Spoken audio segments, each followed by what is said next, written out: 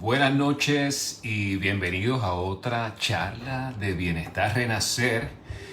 Quien les habla es Isaías Cortés. Y hoy vamos a estar teniendo una charla bien interesante gracias a todos los que se conectan a esta charla. Gracias por el respaldo. El título de la charla de hoy es Escogiendo entre el temor y el valor.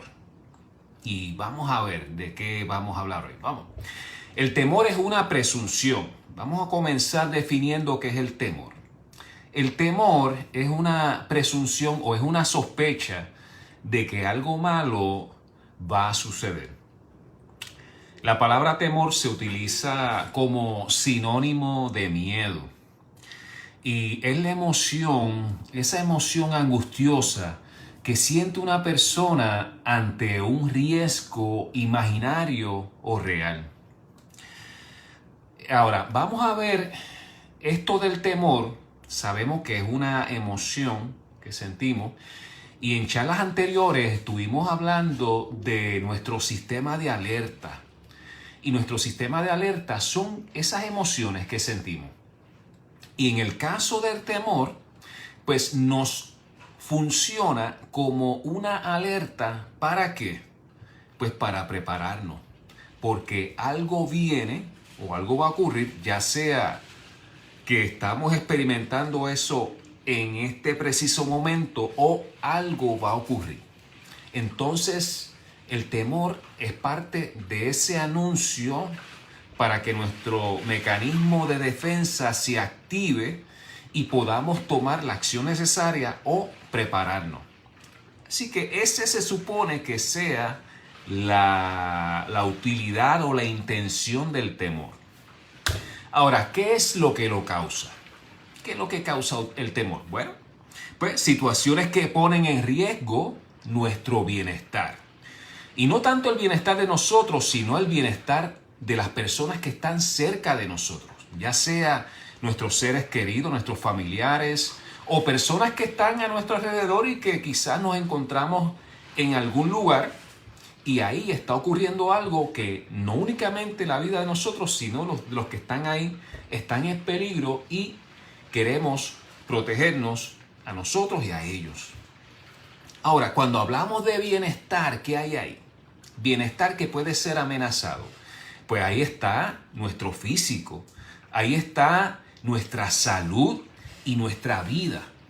Así que cuando eso está en riesgo, nos invade el temor.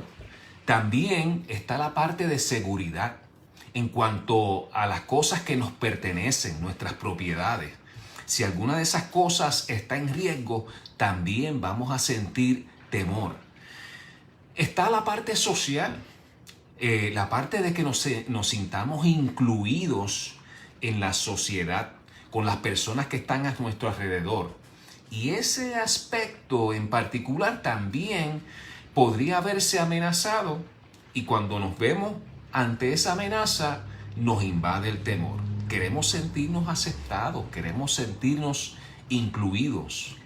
También está el aspecto de nuestra estima, de nuestra seguridad interior, de nuestro ego. Y cuando eso se ve amenazado, vamos a entrar en temor también.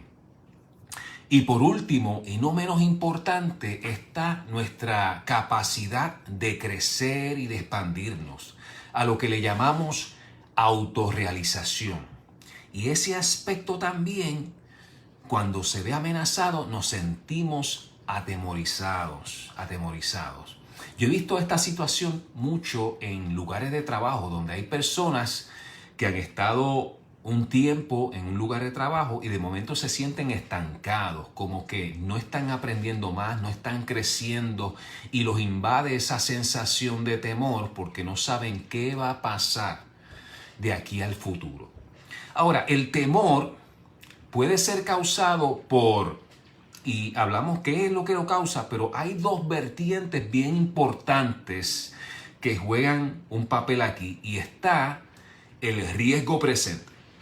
Así que si yo me encuentro en una situación y estoy una situación que estoy experimentando en el momento y esa situación representa una amenaza, ahí me va a invadir un temor que es de algo de inmediato. Por ejemplo, yo puedo estar conduciendo mi vehículo en la autopista y quizás por el espejo retrovisor veo un carro acercándose que va descontrolado. Y de hecho, esto que le estoy diciendo me ocurrió en una ocasión, hace unos años. Yo venía guiando, no había casi vehículos en la autopista y por el retrovisor veo este vehículo que está descontrolado, comenzó a dar vueltas detrás de mí y yo procuré acelerar y esquivarlo y aún así me dio un cantazo, pero no fue nada grave. Gracias a Dios que y el individuo pudo detener su vehículo y ubicarse en el paseo y ambos nos detuvimos en el paseo y pues fue cosa de nada.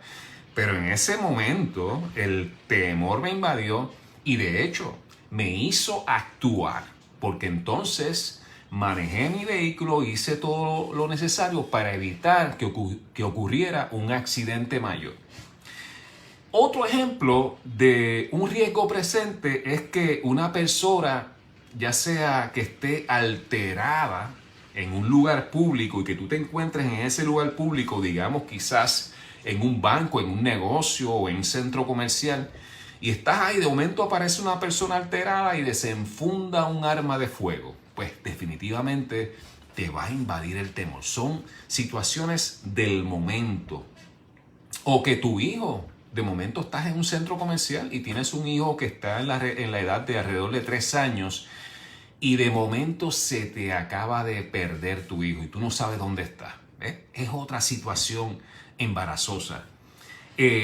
O en tu lugar de trabajo, que tu jefe te amenace con despedirte. Pues un temor que te va a invadir, porque no es que es algo que te estás imaginando, es algo que está sucediendo en el momento. Entonces, como les dije, esto nos va a llevar a tomar acción. Ahora, ¿qué sucede con la otra vertiente?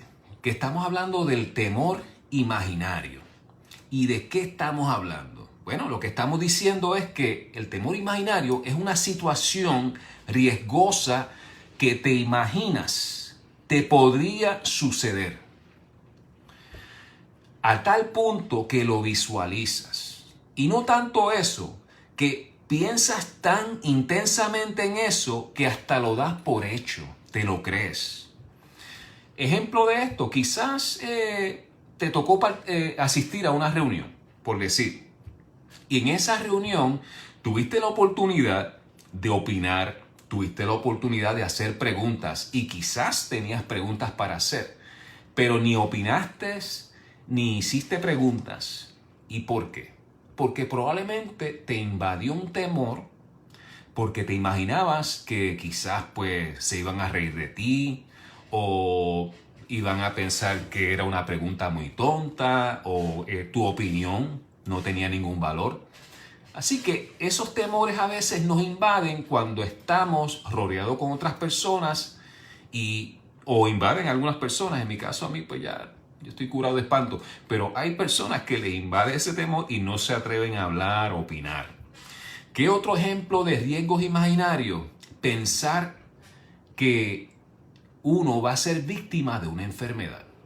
Por ejemplo, hay personas que vienen de una descendencia de familia donde quizás el papá murió de un ataque al corazón o murió de algún otro tipo de enfermedad y ya los hijos o quizás los nietos piensan que van a heredar esa enfermedad y mira, eso a mí me va a dar también, yo creo que yo voy a morir de lo mismo también. Y las personas comienzan a entrar en ese razonamiento que no les va a servir de nada. También están este otro ejemplo de, y ahora más que estamos en medio de esta situación de la pandemia y donde hemos visto tantos negocios cerrar y cómo la economía le ha ido tan mal, que personas que tienen negocio y piensan que su negocio no va a perdurar y se van en ese viaje pensando en esa preocupación, en ese temor. Así que el temor nos lleva a un estado de preocupación por alguna situación para la cual no tenemos certeza de cuál será el resultado. Quizás vemos síntomas por ahí, quizás vemos situaciones ocurriendo, pero no sabemos con certeza qué va a ser lo que va a ocurrir.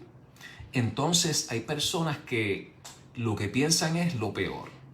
Y ahí es que los invade el temor. Ahora, yo le voy a decir una cosa.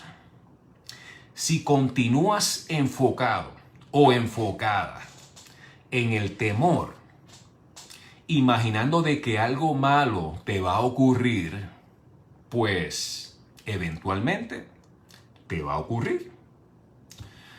Si crees que algo malo te va a suceder, pues te va a suceder. Es así de sencillo, porque estás enfocado en eso y eso es lo que vas a atraer a tu vida. También está lo que es el temor infundido. ¿Y cuál es ese? Bueno, cuando se nos acercan estas personas y comienzan a decirte con esta introducción, espera que se han encontrado con situaciones así. Yo me acuerdo cuando yo era niño y estaba en la escuela elemental y siempre tenía esta preocupación de cómo sería el próximo grado. Por ejemplo, cuando estaba en primer grado, pues me preocupaba cómo sería el segundo grado, y cómo sería el tercer grado, y cómo será el cuarto grado. Y pensaba pues que cada vez que me iba a mover a un grado, las cosas iban a ser mucho más difíciles, mucho más complejas. Y tenía esa preocupación. Y para colmo, me encuentro con compañeros de la escuela que ya estaban en sexto grado y me decían, espera a que llegues al sexto grado. Y pues eso no me ayudaba, eso me daba algo de temor. Luego, durante high school, hubieron varios maestros que me dijeron, espera a que llegue a la universidad para que vea que las cosas ahí es que se te van a poner difíciles. Entonces, esos temores infundidos como que no ayudan, porque te llevan por un caminito ahí de la preocupación. También, cuando nos convertimos en padres, hay otros que ya pues han criado a sus hijos y vienen y se te acercan y te dicen, espera que tu hijo sea adolescente para que vea lo que es criar un hijo de verdad. Mi gente, eso no ayuda en nada. Otras situaciones con las que uno se encuentra es, por ejemplo, alguien te dice, espera que te toque ir al Departamento de Transportación y Obras Públicas a renovar la licencia para que vea cómo se pone la cosa buena, con lo que te vas a encontrar. Entonces, esos son también temores infundidos. Le voy a contar una pequeña historia. Estaba esta mujer que todas las noches se imaginaba que había un ladrón en la cocina de su casa. ¿Y qué hacía? Pues ella cogía, le daba un codazo al esposo y por lo menos una vez en semana lo mandaba a que fuera a chequear. Mientras ya estaban acostados, ella le decía, vete y chequea a ver si está todo en orden en la cocina, verifica las puertas, las ventanas, porque es que yo presiento que hay un ladrón o que va a entrar un ladrón en la casa. Así que el esposo, con toda la paciencia del mundo, pues se levantaba, iba, verificaba y pues le decía, nena, está todo bien, todo en control, así que vamos a dormir. Pues, ¿qué sucede? En una noche, esta mujer escuchó algo, un sonido extraño. Se despierta, coge al marido, le da un codazo y dice, mi amor, levántate y vete y chequea. Porque yo creo que hay un ladrón en la casa, verifica por allí, por la cocina. Pues el esposo se levanta nuevamente, de la misma manera que lo ha hecho miles de veces ya, en los 30 años de casado que llevan. Y cuando llega a la cocina en medio de la oscuridad, ¿qué se encuentra? Se encuentra con un arma apuntándole en la cara. Había un ladrón allí. Y el ladrón le hace, calladito. Yo quiero que me des todos los objetos de valor que tienes aquí. Y el esposo, que se quedó paralizado, dice, pues está bien, y va, y le dio todos los objetos de valor. Y ya cuando el ladrón estaba listo para irse, el esposo le dice, hey, párate un momentito, no te vayas todavía, no te puedes ir. Y el ladrón dice, ¿por qué? Yo quiero que tú conozcas a mi esposa. ¿Y por qué? Pues porque ella lleva alrededor de 30 años esperando por ti. Así que, mi gente, no vayas por la vida esperando decepciones o esperando desastres o tragedias y permitiendo que se conviertan en la realidad tuya, en tu realidad. Vamos a ver lo que son síntomas del temor imaginario. ¿Cuáles son los síntomas? Pues son los siguientes. Una es que perdemos el apetito. Esa es una. O que comemos demasiado. Así que uno de dos extremos. No apetito o comer demasiado. Otra es que perdemos el sueño o que dormimos demasiado. Otros extremos. También está el abuso de medicamentos y drogas ya sean recetadas o no recetadas. Está el abuso de las bebidas alcohólicas. Y están estos estados de ánimo terribles, como es estar en un estado de ánimo de mal humor, conflictivo o molesto todo el tiempo y a la defensiva. Se ha encontrado gente así, ¿verdad? También está las personas que están en el estado de ánimo ya sea depresivo o triste. Y todo esto representa lo que son los síntomas del temor imaginario. Estas cosas que estamos imaginando. Ahora, ¿cuáles son los efectos? Hablamos de los síntomas y ahora vamos a hablar de los efectos. Bueno, el temor nos hace ver cosas que no son. De momento vemos cosas y comenzamos a interpretarlas de un modo diferente porque el mismo temor nos tiene nublada la mente, nos tiene cegado.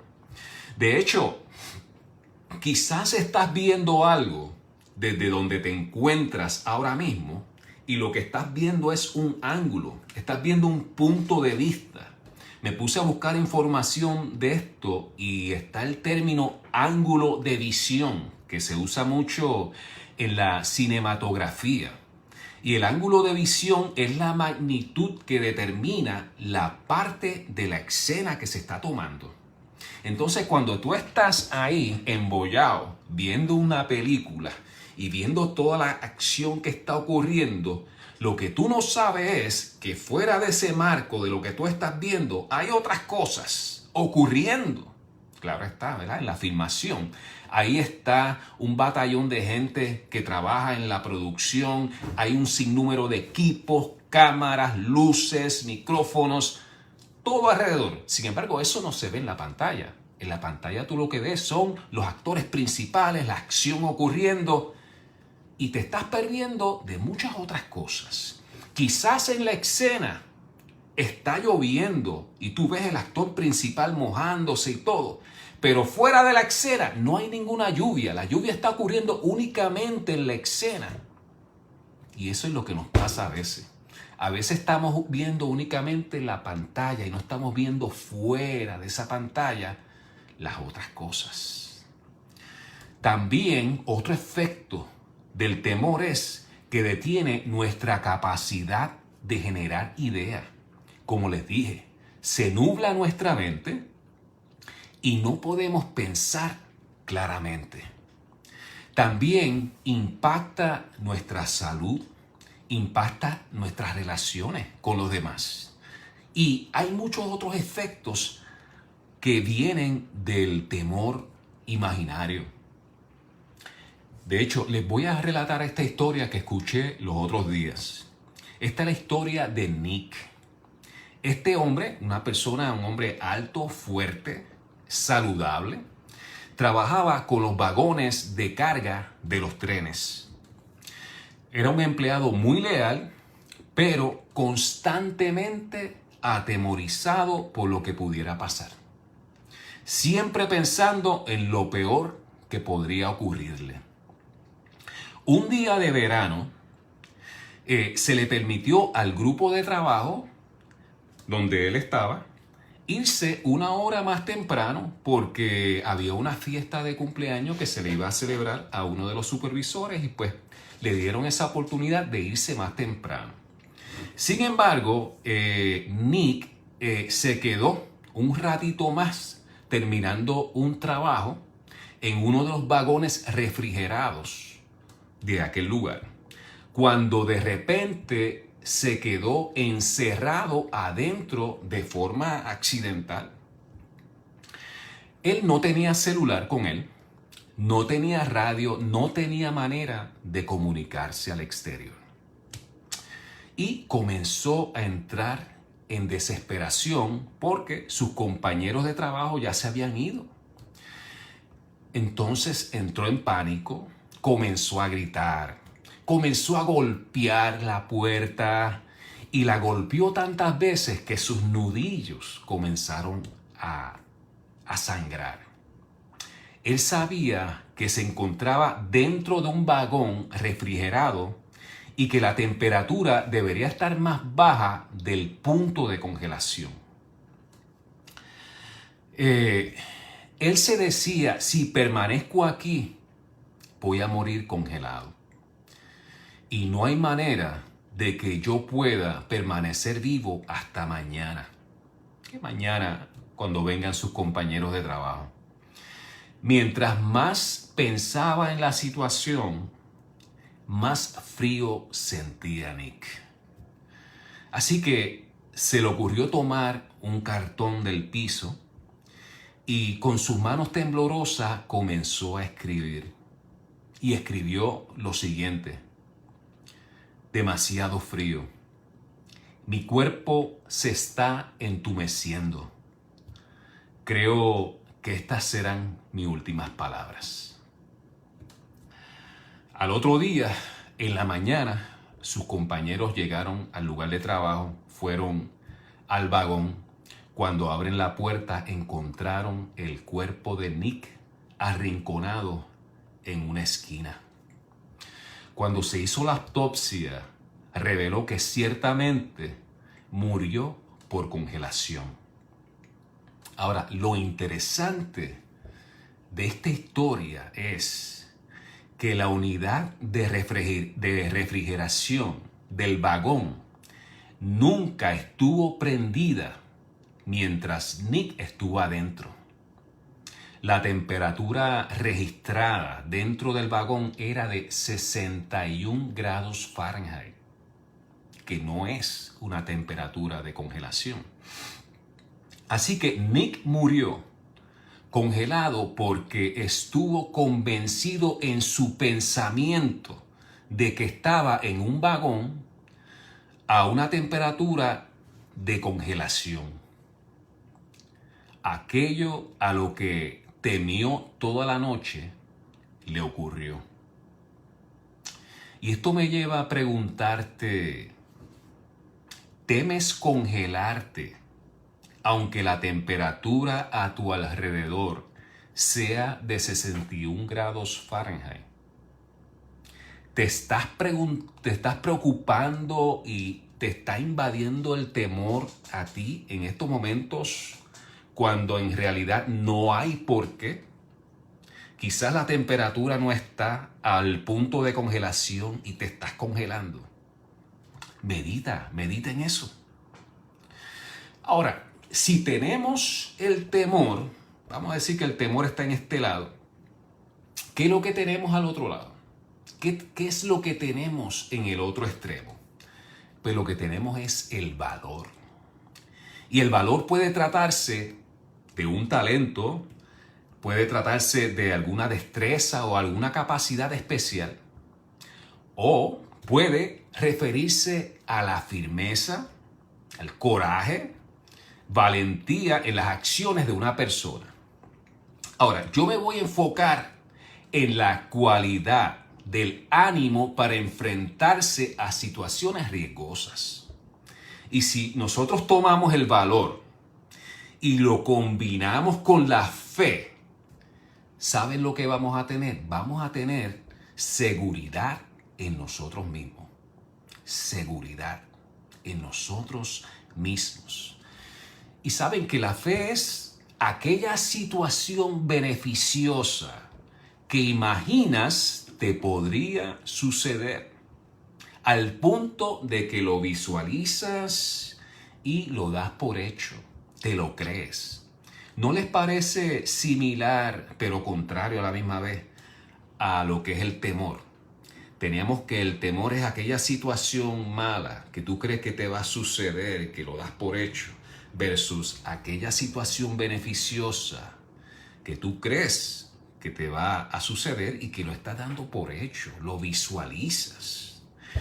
Hay una cita muy clásica de la Biblia que a mí me encanta, que dice que es pues la fe, la certeza de lo que no se ve, la convicción de lo que no se ve. Es pues la fe, la certeza de lo que se espera y la convicción de lo que no se ve.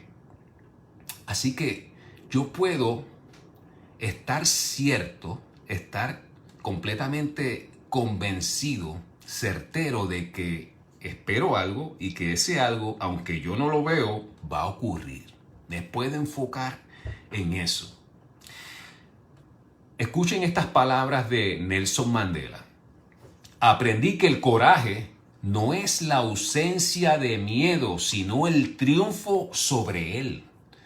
La persona valiente no es aquella que no siente miedo, sino que conquista ese miedo. Espectacular.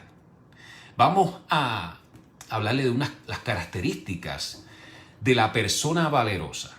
Las características. Bueno, una persona valerosa reconoce el temor antes que nada. No es que trate de omitirlo, opacarlo o ignorarlo. Cuando tenemos temor, lo reconocemos. ¿Qué hacemos con él? Nos preparamos y luego lo manejamos. Ya hicimos lo que íbamos a hacer. ¿Qué otra cosa hace una persona valerosa? Confía en sus capacidades y las pone en uso. No tanto que confía, reconoce que tiene unas capacidades, confía en sus capacidades, confía en él y pone esas capacidades a trabajar. ¿Qué otra cosa? Se enfoca en lo que tiene, en lo que controla y en el presente.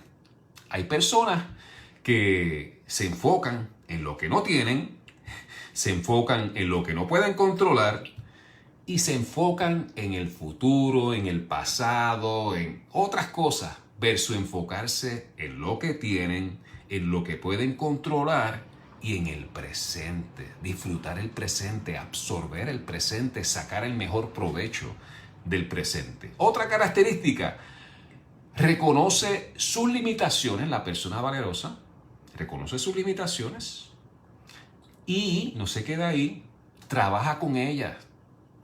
Comienza a trabajar con esas limitaciones para superarlas. Es determinado. La persona valerosa es determinado, determinada.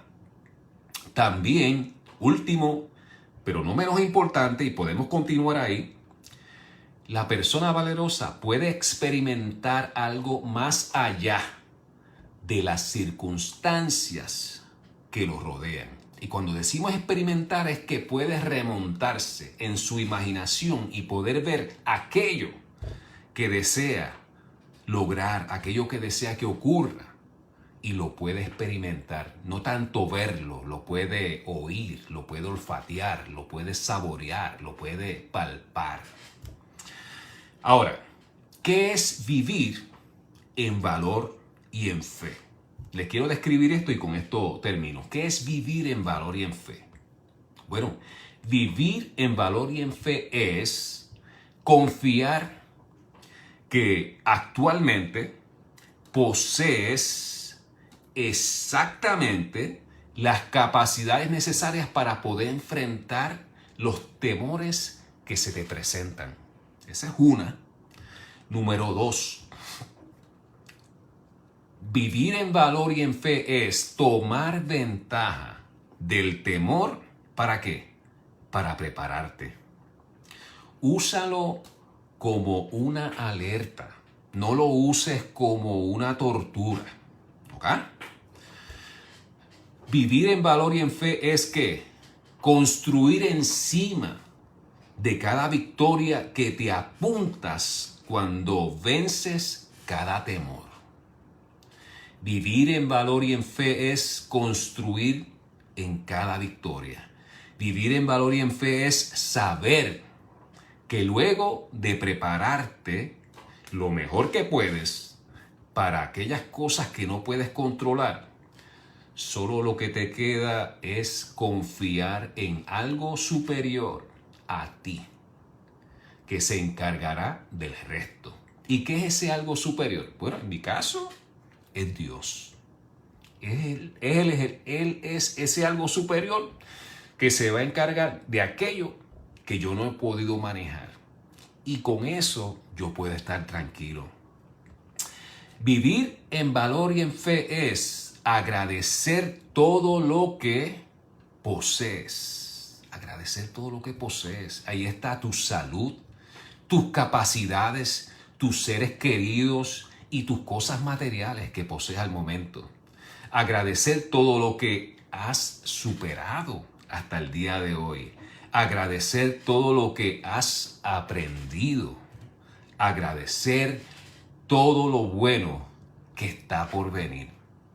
Esto es todo lo que tenemos por hoy. Muy buenas noches, mi gente, y confío que esto sea de mucha bendición y de edificación para ustedes. Nos veremos.